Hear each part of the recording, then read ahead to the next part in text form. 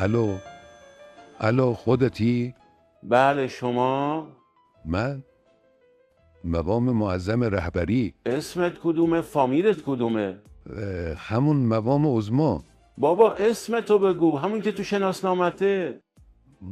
اوه علی خامنه ای. بله خب چی کار داری؟ شماره من از کجا گیر آوردی؟ دستاوردهای نظام مقدس رو دست کم گرفتی. چطور؟ سراغ من که کم نیومده بودی. برا بچه فتا از لوکیشن و آی پی و اینات رد تو زدن دیگه. خب حالا چی میخوای؟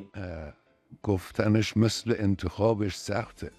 آها بله متوجهم، نمیخواد بگی، ولی چرا الان به این تصمیم رسیدی؟ خب اختشاش، مگه نمیبینی اختشاش؟ این که تازگی نداره، حداقل تو این سالهای اخیر بارها اختشاش و این حرفا بوده.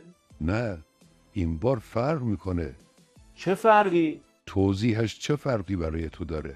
این همه سال ترس و لرز، زهر نمیخوردم که اختشاش نشه.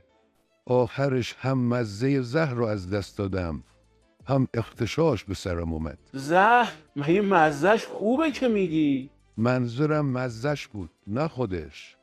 بله بگذاریم.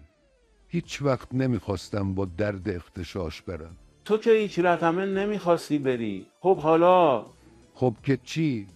میخوام قبل از اینکه دستشون به من برسه برم دیگه. میخوام دیگه راحل بشم.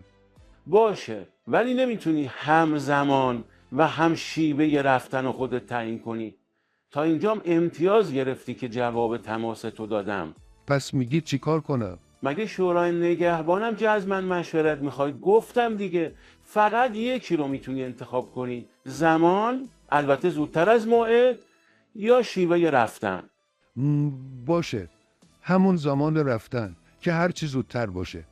باشه مبارکه. یعنی خلاصه قبول کردی؟ نمیدونم چطور باید از تو تشکر کنم. تشکر لازم نیست، وظیفمه. فقط باشه، من آماده ام. فقط چی؟ فقط راجع به سرعت عمل خودم و سرعت عمل این اختشاش که میگفتی با دفعات قبلی فرق میکنه، محاسبات من جواب نمیده. بله، وارد کردن متغیر شتاب این اختشاش ممکنه محاسبات رو مختل کنه. متاسفم.